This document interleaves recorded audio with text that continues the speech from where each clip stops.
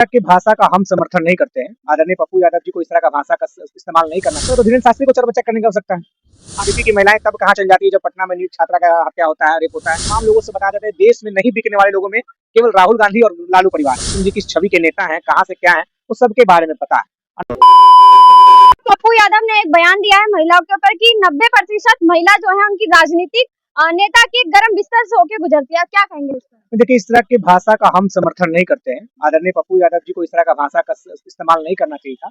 लेकिन रहा बात, पप्पू यादव जी हम लोगों से काफी सीनियर है, हम उनका इज्जत करते हैं और उनसे ये अपेक्षा भी करते हैं कि आगे से ये इस तरह की भाषा का वो इस्तेमाल नहीं करेंगे। लेकिन सोचने वाली बात है कि पप्पू यादव ने इस तरह का बात क्यों कहा। आप देखिए, भाजपा के नेता राज्यसभा के सांसद सुब्रमण्यम स्वामी जी ने क्या कहा था। सुब्रमण्यम स्वामी जी ने आरोप लगाया कि मोदी कैबिनेट में 3-4 ऐसी महिलाएं हैं जिनको बिस्तर गर्म करने के कारण ही मंत्री पद दिया गया। एक दो ऐसी महिलाएं को हम के बारे में चर्चा था पिछले दिनों में, जो जिन्होंने अपनी अपनी पुस्तक में ऐसा लिखा कि कुछ सरकार के लोग ही उनको मंत्री पद और बड़े पद पे ले जाने के लिए कुछ का इस्तेमाल करने का बात हुआ था। आदरणीय गुजरात के जब सीएम थे, जो अभी महामानव हमारे देश के पीएम है, उन्होंने किस तरह का महिला का ट्रोलिंग किया था वो सबके सामने है। तो पप्पू यादव जी किस लहजे में किस लिए ये कह रहे हैं वो तो हम नहीं बता सकते हैं, लेकिन इस तरह के भाषा का समर्थन हम नहीं करते हैं और इस तरह का भाषा का समर्थन हम समझते कोई भी नागरिक को नहीं करना चाहिए। उन्होंने माफी भी मांगी। आप एक कांग्रेस पार्टी से प्रवक्ता भी हैं, वो भी कांग्रेस से सांसद है। नहीं, कांग्रेस के सांसद नहीं है वो। पप्पू यादव जी निर्दलीय सांसद है, कांग्रेस को समर्थन करते हैं, वो अलग बात है। और माफी मांग रहा, देखिए माफी मांगने वाले लोग तो बड़ा होता है। अगर कोई आदमी गलती करता है और माफी मांग लेता है तो ठीक है, हम लोगों को माफ करना चाहिए। कुछ हो सकता है पप्पू जी के कारण, पप्पू जी कुछ आवेश में कुछ ना चाहते हुए कुछ ऐसा लेकिन हम लोग पप्पू जी को नहीं भूल सकते ना। पटना में जब बाढ़ आया था तो सारा नेता मंत्री सांसद विधायक फरार हो गए थे। पप्पू यादव जी नाव लेकर सबको मदद कर रहे थे। जब कोरोना आया था तो सब शासन प्रशासन सिस्टम में बैठे लोग सब लोग गायब हो गए थे, पप्पू जी उसमें मदद कर रहे थे।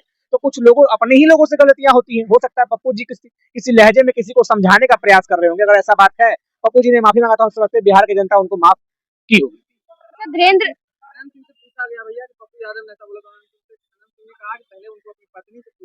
देखिए, हम किसी व्यक्ति पर कोई टिप्पणी नहीं करना चाहते। अनंत सिंह जी किस छवि के नेता हैं, कहाँ से क्या है, वो सबके बारे में पता है। अनंत सिंह की पत्नी हमारी गठबंधन की एमएलए रही है, हम उनका इज्जत करते हैं। तो कई लोग तो कई तरह का अफवाह फैलाते हैं, उससे क्या मतलब। अनंत सिंह जी को हम लोग उनको कुछ बोलना ही नहीं चाहते हैं। माननीय सांसद, माननीय विधायक हैं, अपना काम करे, मोकामा की जनता को मदद करे, मोकामा की जनता का काम करे, और उसमें हम क्या बोलेंगे। बीजेपी की महिलाएं प्रेस कॉन्फ्रेंस कर रही है बयान को लेकर। देखिए, वो सब बनावटी बात है। बीजेपी की महिलाएं तब कहाँ चल जाती है जब पटना में नीट छात्रा का हत्या होता है, रेप होता है। बीजेपी की महिलाएं तब कहाँ चल जाती है जब पटना सिटी में एक यादव बच्ची के साथ रेप और बलात्कार होता है, उस समय बीजेपी की महिलाएं कहाँ चल जाती है। आदरणीय बीजेपी की महिला सरस्वती सिंह जी कहाँ चले जब पटना में बच्चियों के साथ यौन शोषण का आरोप होता है। कुलदीप सिंह सेंगर जैसे लोग उनको आरोप लगाते हैं। पटना में जब दिल्ली में हमारी राष्ट्रीय खिलाड़ी बेटियां हमारी जब सड़कों पर बैठती तब ये कहाँ चले जाते हैं। ये लोग केवल राजनीति कर रहे हैं। ऐसे भाजपाइयों से बच के रहने की आवश्यकता है। धीरेन्द्र शास्त्री बोले हैं कि 4 बच्चे करो और 1 बच्चा सबसे पहले तो धीरेन्द्र शास्त्री को 4 बच्चा करने की आवश्यकता है। आप दूसरे को ज्ञान दे रहे हैं, आप अपना बच्चा कब कीजिएगा। शादी भी करें, किए हैं कि नहीं, तो धीरेन्द्र शास्त्री से कुछ नहीं कर सकता। खैर, हम ऐसे लोगों को नोटिस नहीं लेते, ये लोग पाखंडी लोग हैं और ऐसे लोगों को नोटिस लेने की आवश्यकता नहीं है।